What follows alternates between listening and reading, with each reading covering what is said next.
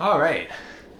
Done with the script. Now let's record this thing. Welcome back to the channel. I hope you guys are doing well and I hope you're excited to dive into microphones today. Fun fact, I haven't really discussed this on the YouTube channel, but I usually teach audio engineering at York University and my union has been on strike for a few weeks now, so that kind of sucks, and I just have this itch to talk about microphones. I'm used to doing this like 3 times a week and I haven't done it in a few weeks, so today I'm bringing the microphone lecture to you guys, so I hope you enjoy. What do you guys think of the new space, by the way? You may have noticed I'm not in the usual place where I record videos, but now that I'm teaching at York, I have an apartment in Toronto, and I needed a place to record these videos when I'm not at the office. I'm still trying to figure out the decor, and the room is not treated for sound, which you may have noticed, but personally, I think an untreated room is great to compare these microphones because then we can really see whether one outperforms the other. So here on the left, I've got the Synco D2. This is a $200 microphone, and we're going to be comparing it today to the Sennheiser MKH416, a $1,000 microphone. Throughout this video, we'll be doing some blind tests, microphone A, microphone B, so that you can hear these microphones without being influenced by the brand name. So, have you been able to tell which microphone is which so far? So let me show you how I have these guys mounted right now. So that's the camera I'm recording to. And up there, I've got both microphones on a stereo bar. By the way, there's affiliate links below. If either of these products interest you, you would be directly supporting me and this channel by using those links, so thank you. So this is the box it comes in. Once you take it out of the box, you're still left with this beautiful case over here. To be honest, you would expect that a cheaper product cuts corners in the packaging, and that's certainly not the case in this scenario. It comes with a beautiful zipper. Open it.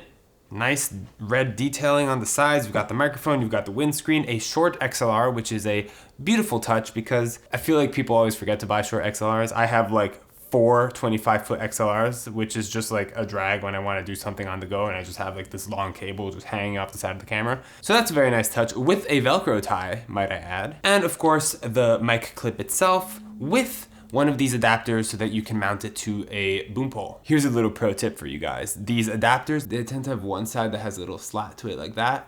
The other one doesn't. So it's important that whenever you do use these adapters, you put the little slat facing outwards so that if for whatever reason it does get stuck in this microphone clip, for example, you can always go in with a key or a screwdriver and twist it out. So if we compare this case to what the Sennheiser came in,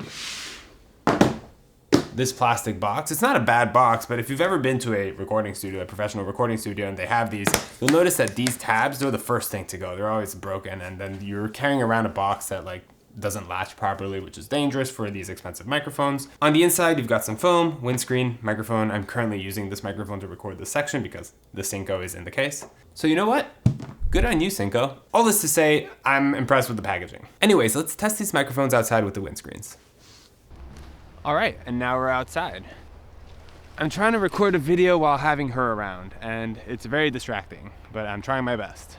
Here I can give you guys an idea of what it is that I'm looking at. So both of the microphones are here, side by side with each other, each with a windscreen on it. So this is just the windscreen that came with the microphone. In an ideal scenario, I would probably use a dead cat for this, but you know, for the sake of comparison, I think it makes sense to use whatever tools came with the microphone. So this is that. So anyways, you get a little bit of ambient sound, you know, wind, people walking in the park, that bike over there.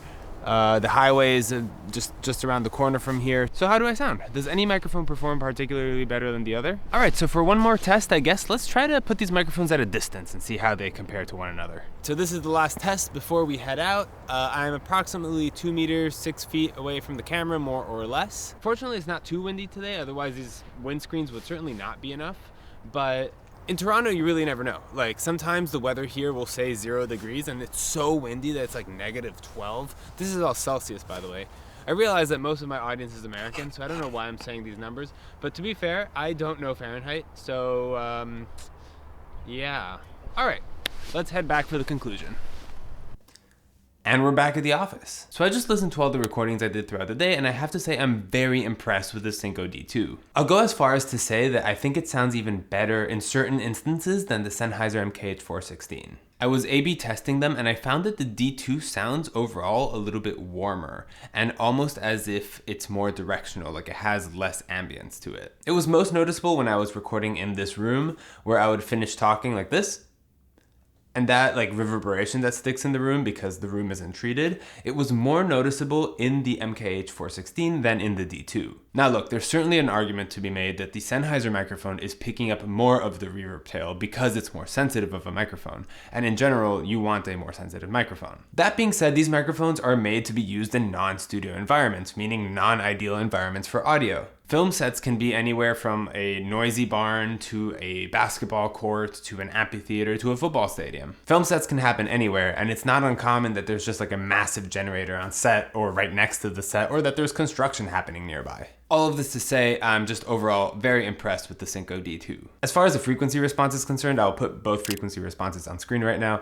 They're pretty much identical, flat all the way with a boost at around 10 kilohertz. Interestingly enough, the Synco goes all the way down to 20 hertz, whereas the Sennheiser only goes down to 40 hertz as per the company's spec sheets. And one detail to consider is that the Sennheiser is moisture resistant. I do want to point out that if you're planning on purchasing this equipment for the purpose of renting it out for like a film set, for example, oftentimes producers will prefer to work with brands that they recognize, so in that case, Sennheiser might be a better purchase. You'll also be able to rent out a $1,000 microphone for more money than a $200 microphone. One more thing before I wrap up is I use these windscreens for the outdoor scenes, and I will say that the Synco windscreen does seem to attenuate a little bit more than the Sennheiser one. I think it does also perform better as a windscreen, but it does attenuate the higher frequencies as well. When I went to remove the windscreens, I pulled them off the microphone like this, and I did notice that this material, the Sennheiser windscreen, it's a little bit more spongy, like you can see how it acts when I pull it like this. I do feel like it could rip over time, whereas the Synco windscreen does feel a lot more robust. So that's it for this video. If you are thinking of making a purchasing decision, please consider using the affiliate links below. You would be directly supporting this channel in doing so. And if you're still here at the end of this video, please consider liking and subscribing. See you in the next one.